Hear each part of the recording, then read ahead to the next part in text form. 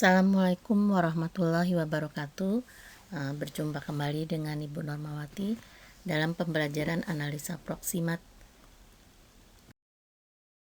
Apa itu analisa proksimat? Analisa proksimat adalah suatu metode analisis untuk mengidentifikasi kandungan zat nutrisi atau gizi, contohnya protein, lemak, karbohidrat, air, mineral, vitamin, dan lain-lain dari suatu bahan pakan atau pangan.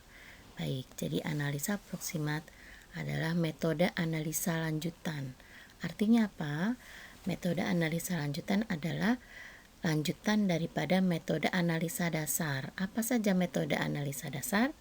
Contohnya analisa gravimetri, analisa volumetri, ya, dan analisa dasar yang lain. Nah, untuk analisa proksimat adalah analisa lanjutan. Jadi di dalam analisa proksimat termasuk di dalamnya ada analisa gravimetri, ada juga analisa volumetri, dan juga analisa mikrobiologi.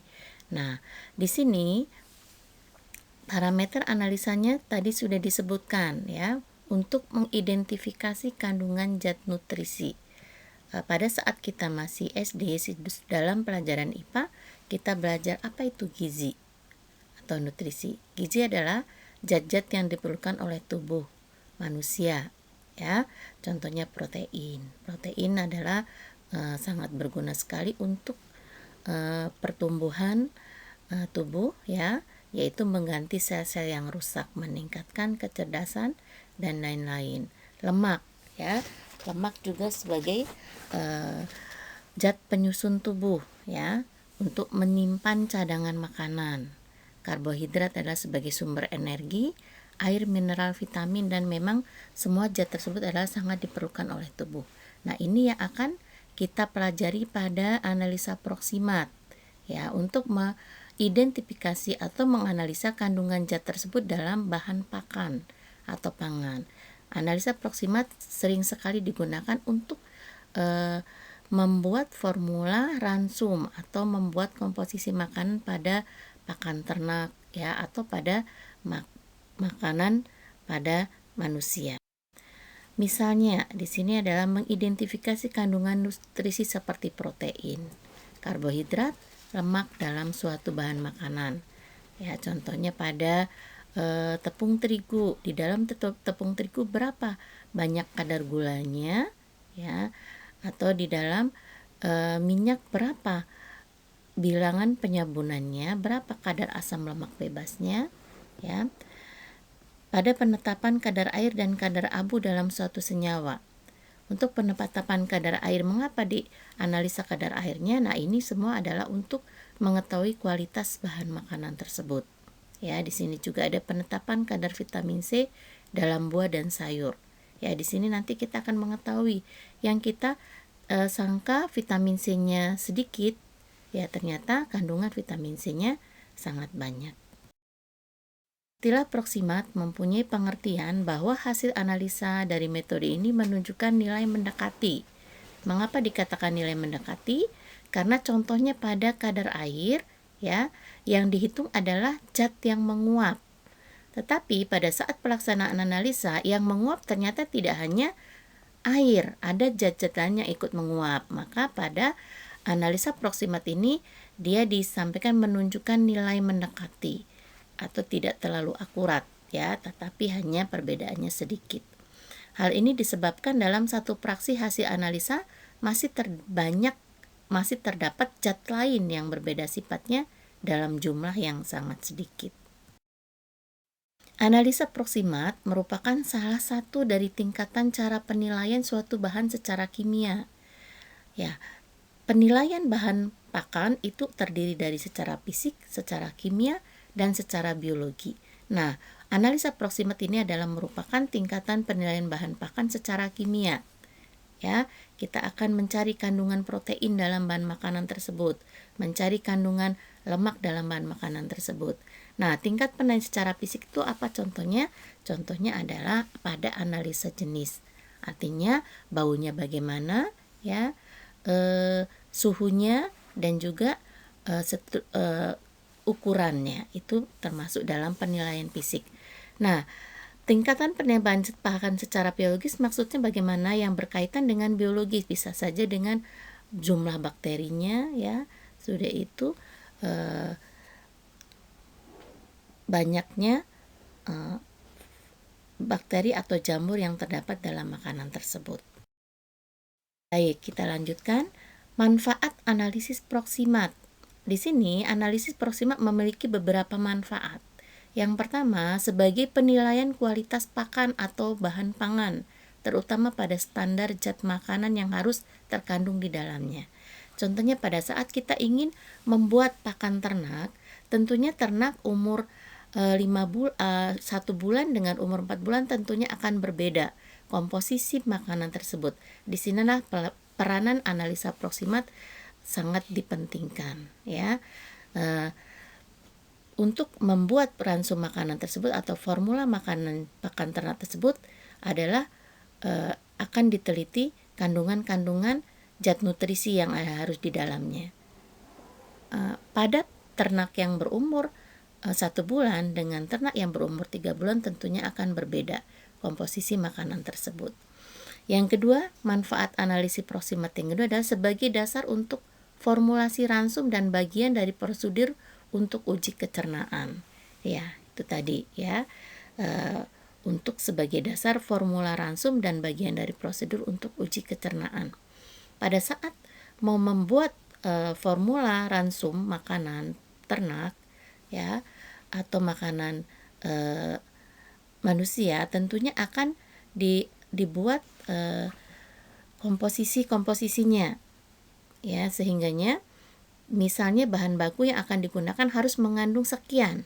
Bahan baku yang diperlukan ada dalam ransum tersebut harus mengandung proteinnya dengan jumlah sekian atau lemak dalam jumlah sekian, sehingganya untuk membuatnya harus dianalisa terlebih dahulu bahan bakunya. Zat gizi sangat diperlukan oleh hewan untuk pertumbuhan produksi, reproduksi, dan hidup pokok. Maka makanan ternak berisi zat gizi untuk kebutuhan energi dan fungsi-fungsi di atas. Ya, itu tadi. Pada saat ayam tersebut berumur lebih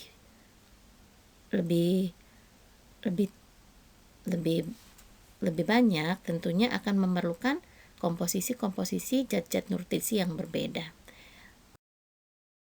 Nah, beberapa kelebihan analisa proksimat ya di sini. Yang pertama adalah banyak senyawa yang dapat dihitung pada bagian-bagiannya per miliar. Artinya apa? Di dalam untuk proksimat itu banyak senyawa yang dapat dihitung ya. Kadar airnya, kadar abunya, kadar protein, kadar karbohidrat, serat kasar, zat pengawet, bahkan vitamin ya bisa dianalisa di sini. Yang kedua murah ya. Artinya apa? Contohnya pada kadar air. Ya murah artinya karena tidak ada menggunakan bahan kimia yang lain. Kita hanya menggunakan bahan baku sampelnya dan juga peralatan yang sederhana. Cepat ya. Karena sederhana dia akan lebih cepat, tidak rumit dan mudah disesuaikan. Di balik kelebihan pada analisa proksimat juga memiliki beberapa kekurangan. Contohnya pada analisa kadar air tadi yang sudah Ibu jelaskan di awal, bahwa pada kadar air yang dihitung adalah zat yang menguap. Tetapi ada senyawa-senyawa lain yang juga ikut menguap sehingga terhitung di dalam kadar air tersebut, yaitu kelemahannya. Yang kedua, air yang terikat dalam senyawa unsur sukar untuk menguap sehingga mengurangi total air yang sebenarnya. Harusnya air tersebut ikut menguap karena dia terikat dalam senyawa dengan kuat sehingganya dia tidak ikut menguap sehingga mengurangi kadar air yang dihitung. Yang berikutnya contoh pada kadar abu. Tidak seluruhnya unsur utama pembentuk senyawa organik dapat terbakar dan berubah menjadi gas oksigen yang masih tinggal dengan abu sehingga senyawa oksida atau misal CaO dan karbon sebagai karbonat. Artinya seharusnya zat tersebut bisa ikut terbakar, tetapi karena dia sulit sehingga terhitung dalam kadar abunya. Kalau kadar abu yang dihitung adalah bobot yang tertinggal. Kalau kadar air tadi adalah yang dihitung bobot yang menguap. Ya, sehingga ini termasuk kelemahan untuk analisa proksimat. Yang berikutnya, sebagian mineral tertentu menguap menjadi gas. ya, harusnya dia tinggal ternyata ikut menguap di dalam pada saat pembakaran tersebut. Misalnya sulfur sebagai H2S. Pada serat kasar, kelemahan proksimat ini terdapat sebagian kecil senyawa organik yang tergolong serat masih dapat larut dalam asam dan basa encer, sehingga mengurangi nilai kandungan komponen serat. Ya, serat kasar SK ya adalah bahan organik yang tahan terhadap hidrolisis asam dan basa lemah. Ini yang dinamakan serat kasar ya. Ya, baik, kita lanjutkan. Beberapa parameter pengujian dalam analisa proksimat tadi sudah beberapa kali Ibu singgung. Yang pertama adalah analisa kadar air. Pada analisa kadar air, kandungan air di dalam bahan contoh atau sampel dihitung berdasarkan susut bobot contoh yang dikeringkan pada suhu 105 derajat sampai diperoleh bobot yang konstan. Artinya di dalam analisa kadar air yang dihitung adalah bobot yang hilang atau bobot yang menguap dibagi bobot sampel kali 100%. Pada lebih jelasnya nanti kita akan bahas pada materi untuk analisa kadar air pada bahan sampel. Yang berikutnya adalah analisa kadar karbohidrat. Di dalam karbohidrat banyak terkandung zat gula ya. Di sini hidrolisis karbohidrat menjadi monosakarida yang mereduksi Cu2+ menjadi Cu+, kelebihan Cu2+ dititrasi dengan iodometri. Pada analisa karbohidrat nanti akan kita analisa kadar gula sebelum dan sesudah inversi. Dan juga analisa kadar serat kasar. Nah, di sini analisa kadar serat kasar adalah ekstraksi sampel dengan asam atau basa untuk memisahkan serat kasar dari bahan-bahan lainnya. Berikutnya, parameter pengujian dalam analisa proksimat ini yaitu analisa kadar lemak ya. Lemak dalam sampel dihidrolisis terlebih dahulu dengan larutan asam untuk membebaskan lemak yang terikat, kemudian lemak dapat diekstrak dengan pelarut nonpolar. Dan juga di dalam analisa lemak ini adalah ada analisa kadar asam lemak bebasnya dan penetapan bilangan penyabunan, bilangan asam, dan bilangan peroksida. Pada analisa kadar abu, residu sampel yang dipijarkan pada suhu 550-600 derajat Celcius. Jadi, pada kadar abu itu dengan menggunakan tanur tinggi atau dengan furnace, yaitu pemijaran dengan suhu 600 derajat Celcius. Menggunakan tanur dihitung dalam persen bobot ya. Dan yang terakhir adalah analisa kadar protein. Senyawa nitrogen diubah menjadi asam amino ya. Amonium sulfat oleh H2SO4 pekat. Amonium sulfat yang terbentuk diuraikan dengan NaOH. Ya, itu adalah beberapa parameter pengujian dalam analisa proksimat. Untuk lebih jelasnya, per poin nanti akan dibahas pada judul praktikum analisa masing-masing. Ya, mudah-mudahan apa yang Ibu sampaikan pada hari ini bermanfaat. Paling tidak kalian bisa memahami atau mengenal apa itu analisa proksimat. Terima kasih, sampai jumpa pada pokok-pokok bahasan selanjutnya atau judul-judul analisa selanjutnya, baik melalui online maupun melalui offline pada saat nanti setelah masa pandemi sudah selesai. Tetap semangat, tetap jaga kesehatan. Mudah-mudahan kita semua selalu dalam lindungan Allah Subhanahu wa taala ya. Terima kasih. Ibu akhiri, wassalamualaikum warahmatullahi wabarakatuh.